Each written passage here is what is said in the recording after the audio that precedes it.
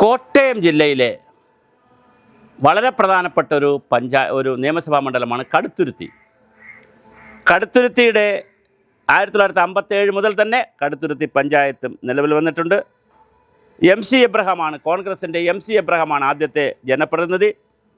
അതിനുശേഷം ഇപ്പോൾ കുറച്ചു കാലമായി 2016 മുതൽ എടുത്തു കഴിഞ്ഞാൽ അവിടെ 2006 മുതൽ എന്ന് പറഞ്ഞാൽ കഴിഞ്ഞൊരു 4 പ്രാവശ്യമായിട്ട് മോൻസ് ജോസഫാണ് അവിടുത്തെ സ്ഥാനാർത്ഥി. മോൻസ് ജോസഫ് വളരെ ജെൻറ്റിൽമാനാണ്. അവിടെ ഒരു വികസന രംഗത്തൊക്കെ നിൽക്കുന്ന ആളാണ്. മണ്ഡലം നിറഞ്ഞു നിൽക്കുന്ന ആളാണ്.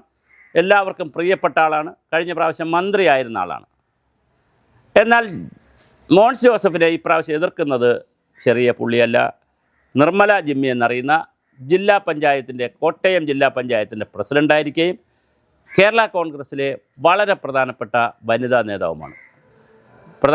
ഏറ്റവും പ്രധാനപ്പെട്ട വനിതാ നേതാവാണ് നിർമ്മല ജിമ്മി. നിർമ്മല ജിമ്മിയാണ് അവിടെ മത്സരിക്കുന്ന മറ്റൊരു സ്ഥാനാർത്ഥി. അവിടെ വൈക്കം താലൂക്കുകൾ ഉൾപ്പെടുന്ന കടുത്തുരുത്തി, മാഞ്ഞൂർ, മുളക്കുളം, അതുപോലെ തന്നെ ഞീഴൂർ, മീനച്ചൽ താലൂക്കുകൾ ഉൾപ്പെടുന്ന കടപ്ലാമറ്റം, കാണക്കാരി, കിടങ്ങൂർ, കുറവിലങ്ങാട്, മരങ്ങാട്ടുപള്ളി, ഉഴവൂർ, വെളിയന്നൂർ എന്നീ പഞ്ചായത്തുകളും ഉൾപ്പെടുന്നതാണ്. മഹാഭൂരിപക്ഷം പേരും ക്രിസ്ത്യാനികളാണ്. അവിടെ BDJSൻ്റെ ഒരു സ്ഥാനാർത്ഥിയാണ് NDA ആയിട്ട് നിൽക്കുന്നത്. കാര്യമൊന്നുമില്ല, അത് കെട്ടിവെച്ച കാശ് പോലും കിട്ടാൻ സാധ്യതയുള്ള ഒരു സ്ഥാനാർത്ഥിയല്ല അവിടെ മത്സരിക്കുന്നത്. അവിടെ BDJSനെ നമുക്ക് മാറ്റി നിർത്താം. NDA അവിടെ വലിയ ശക്തമൊന്നുമല്ല. അവരുടെ C ക്ലാസ് നിയമസഭ എന്ന് വേണമെങ്കിൽ പറയാം, B ക്ലാസ് എന്ന് പോലും പറയാൻ പറ്റത്തില്ല. അവർ എഴുതി തള്ളിയിരിക്കുന്ന ഒരു മണ്ഡലമാണ്. അതേസമയം മോൻസ് ജോസഫും നിർമ്മല ജിമ്മിയും ശക്തമായ സാന്നിധ്യമുണ്ടായിരിക്കും. ഇനി വേറൊരു രസകരമായ കാര്യം നടന്നത്, പാലായിൽ നിഷ ജോസ് കെ മാണിയെ മത്സരിപ്പിച്ചിട്ട്, അതായത് ജോസ് കെ മാണിയുടെ ഭാര്യയെ മത്സരിപ്പിച്ചിട്ട് പാല കിട്ടുമോ എന്നുള്ളൊരു ഭയമുള്ളത് കൊണ്ട്, കാര്യം മാണി സി കാപ്പൻ പാല കൊണ്ടുപോകുമോ വീണ്ടും എന്നുള്ള ഭയമുള്ളത് കൊണ്ട് ഈ ജോസ് കെ മാണി കടുത്തുരുത്തിയിൽ കോൺസെൻട്രേറ്റ് ചെയ്തു കുറച്ചു കാലം. രാജ്യസഭ MP ആണല്ലോ. ആ രൂപത്തിൽ കുറച്ചു കാലം കടുത്തുരുത്തിയിലെ പരിപാടികളിൽ പങ്കെടുക്കുകയും അവിടുത്തെ വികസന പ്രവർത്തനങ്ങളിലൊന്ന് ഇടപെടുകയും ചെയ്തു. അപ്പോൾ എല്ലാവരും പറഞ്ഞ ഒരു പേരാണ് കടുത്തുരുത്തിയിൽ ജോസ് കെ മാണി മത്സരിക്കും. പക്ഷേ കടുത്തുരുത്തിയിൽ മത്സരിച്ച് പോയാലും മോൻസ് ജോസഫിനോടൊപ്പം തോറ്റുപോകാൻ സാധ്യതയുണ്ട്. ഇനി മറ്റൊരു പ്രധാനപ്പെട്ട ട്വിസ്റ്റ് ഉള്ളത്, മോൻസ് ജോസഫ് അവിടെ നിന്ന് ജയിക്കാനാണല്ലോ സാധ്യത. കാരണം കഴിഞ്ഞ കുറേ കാലമായി അദ്ദേഹം അവിടുത്തെ MLA ആണ്. അവിടെ MLA എന്നുള്ള നിലയിൽ അദ്ദേഹം ചിരപരിചിതനാണ്. എല്ലാവർക്കും വേണ്ടപ്പെട്ട ആളാണ്. സാമുദായികമായി ക്രിസ്ത്യൻ സമുദായത്തിൽപ്പെട്ട ആളാണ്. അപ്പോൾ സ്വാഭാവികമായിട്ട് അവിടെ നിന്ന് ജയിച്ചു കയറാൻ സാധ്യതയുണ്ട്. എന്നാൽ ഇപ്പുറത്ത് തൊടുപുഴയിൽ അബു ജോൺ ജോസഫ് കൂടി ജയിച്ചാൽ അതും സാധ്യതയുള്ള മണ്ഡലമാണ്. കാരണം കഴിഞ്ഞ 10-50 വർഷമായി PJ ജോസഫ് അവർ ജയിച്ചുകൊണ്ടിരിക്കുന്ന സ്ഥലമാണ്. സ്വാഭാവികമായിട്ട് അബു ജോൺ ജോസഫും നല്ല പ്രചരണത്തിലേക്ക് ഇറങ്ങിയിട്ടുണ്ട്. അദ്ദേഹവും ജയിക്കാൻ സാധ്യതയുണ്ട്. അപ്പോൾ നമുക്കൊരു രാഷ്ട്രീയ കേരളത്തിനൊരു കൗതുകമുണ്ട്, ആരാകും മന്ത്രി? 2 മന്ത്രിയെ കൊടുക്കാൻ സാധ്യതയില്ലല്ലോ ജോസഫ് ഗ്രൂപ്പിൽ നിന്ന്. അപ്പോൾ ഒരാളെ മന്ത്രിയാക്കത്തുള്ളൂ. അപ്പോൾ ആരായിരിക്കും? അബു ജോൺ ജോസഫ് ആയിരിക്കുമോ, മോൻസ് ജോസഫ് ആയിരിക്കുമോ? രണ്ട് കൂട്ടരിൽ ഒരു ജോസഫുണ്ട്. അബു ജോൺ ജോസഫും മോൻസി ജോസഫും. എന്തായാലും നല്ല രസകരമായ ഒരു മത്സരമാണ് കടുത്തുരുത്തിയിൽ നടക്കുന്നത്. ഞാനീ പറഞ്ഞ പോലെ അതിപ്പോൾ ഏകപക്ഷീയമാകാൻ സാധ്യതയില്ല. കാര്യം നിർമ്മല ജിമ്മി കൂടെ വന്നതുകൊണ്ട് അതൊരു കടുത്ത മത്സരത്തിലേക്ക് പോകാനാണ് സാധ്യത.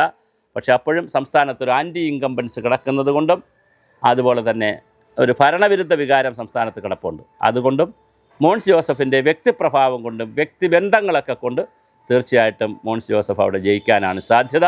പക്ഷേ അത്ഭുതങ്ങൾ സൃഷ്ടിക്കാൻ നിർമ്മല ജിമ്മിക്ക് കഴിയുമോ? കാര്യം അവർ വിന്നബിലിറ്റിയുള്ള ഒരു സ്ഥാനാർത്ഥിയാണ്. അവർ ജില്ലാ പഞ്ചായത്തിൽ നിന്ന് മത്സരിച്ചു ജയിച്ച് വന്നിട്ടുള്ള ഒരു വനിതയാണ്.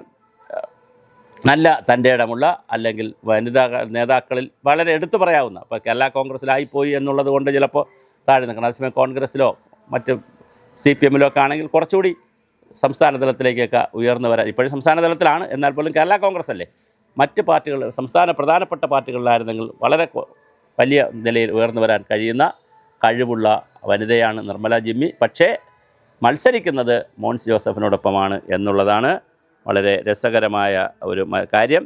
അവിടെ ഈ നേരത്തെ സൂചിപ്പിച്ചതുപോലെ 57 മുതൽ തന്നെ വോട്ടർമാർ ധാരാളമായുള്ളതാണ്. റിസർവേഷൻ അവിടെ ഇല്ല. ഞാൻ പറഞ്ഞ പോലെ നിരവധി പഞ്ചായത്തുകൾ, ഗ്രാമപഞ്ചായത്തുകൾ, വൈക്കം താലൂക്കിലെയും മീനച്ചൽ താലൂക്കിലെയും ഒക്കെ പഞ്ചായത്തുകൾ അവിടെ ഉണ്ട്. നേരത്തെ 57 മുതൽ അവിടെ സ്ഥാനാർത്ഥികളുടെ ലിസ്റ്റ് എടുത്തു കഴിഞ്ഞാൽ ഇന്ത്യൻ നാഷണൽ കോൺഗ്രസും അതുപോലെ തന്നെ കേരള കോൺഗ്രസും അവിടെ ജയിച്ചിട്ടുണ്ട്. പിന്നെ PC തോമസ് സ്വതന്ത്രനായി നിന്നിട്ട് 82-ൽ PC തോമസ് 82-ലും 87-ലും നിന്ന് ജയിച്ചതായിട്ട് കാണുന്നു. പിന്നെ കൂടുതലും കേരള കോൺഗ്രസ്സുകാർ തന്നെയാണ് ജയിച്ചിരിക്കുന്നത്. PM Mathew, Mons Joseph, Stephen George അവിടെ ജയിച്ചിട്ടുണ്ട്. പിന്നെ 2006 മുതൽ 1996-ൽ മോൻസ് ജോസഫ് ജയിച്ചതായി കാണുന്നു. അത് കഴിഞ്ഞാൽ 2006 മുതൽ 2021 വരെ 4 പ്രാവശ്യം തുടർച്ചയായി മോൻസ് ജോസഫ് തന്നെയാണ് അവിടെ ജയിച്ചിരിക്കുന്നത്. അതുകൊണ്ട് തന്നെ വളരെ കൃത്യമായ വോട്ടിംഗ് പാറ്റേൺ അവിടെ നടക്കാൻ സാധ്യതയുണ്ട്. ഇപ്രാവശ്യം സുരേഷ് ഇട്ടിക്കുന്നേൽ എന്ന് പറയുന്ന ആളാണ് BDJSന് വേണ്ടി മത്സരിക്കുന്നത്. NDA മുന്നണി അതിലൊന്നും ചെയ്യാനില്ല, സുരേഷിന് അവിടെ ഒന്നും ചെയ്യാനില്ല. അവിടെ നിർമ്മല ജിമ്മി UDFന് വേണ്ടി LDFന് വേണ്ടി മത്സരിക്കുന്നു. UDFന് വേണ്ടി മോൻസ് ജോസഫ് മത്സരിക്കുന്നു. ഇതാണ് അവിടുത്തെ ഒരു ചിത്രം. കടുത്തുരുത്തി വലിയ അത്ഭുതങ്ങൾ സൃഷ്ടിക്കാൻ സാധ്യതയുള്ള ഒരു മണ്ഡലമല്ല, പക്ഷേ കടുത്ത മത്സരത്തിലേക്ക് പോകാൻ സാധ്യതയുണ്ട്. അവിടെ രമേഷ് പിഷാരടിയുടെ ഒരു നാട് കൂടിയാണ്, വിവാഹം കഴിച്ചു വന്നൊരു നാട് കൂടിയാണ്. അതുകൊണ്ട് കടുത്തുരുത്തിയിൽ ഒരുപക്ഷേ പാലക്കാട് മത്സരിച്ചില്ലായിരുന്നെങ്കിൽ കടുത്തുരുത്തിയുടെ ഈ പിന്നെ പ്രചരണ രംഗത്ത് രമേഷ് പിഷാരടി സജീവ സാന്നിധ്യമാകുമായിരുന്നു. ഇപ്പോൾ പാലക്കാട് പോയതുകൊണ്ടും ദിവസങ്ങൾ കുറവായതുകൊണ്ടും ചിലപ്പോൾ കടുത്തുരുത്തിയിലും കോട്ടയത്തൊന്നും വരാൻ സാധ്യതയില്ല. എന്തായാലും വളരെ മനോഹരമായിട്ടുള്ളൊരു മണ്ഡലമാണ്. ഞാൻ പറഞ്ഞു മലയോരം എന്ന് പറയാൻ കഴിയില്ല, എങ്കിലും ഇടനാട് പ്രദേശമാണ്. ക്രിസ്ത്യാനികൾക്ക് വലിയ വേരോട്ടമുള്ള പ്രദേശങ്ങളാണ്.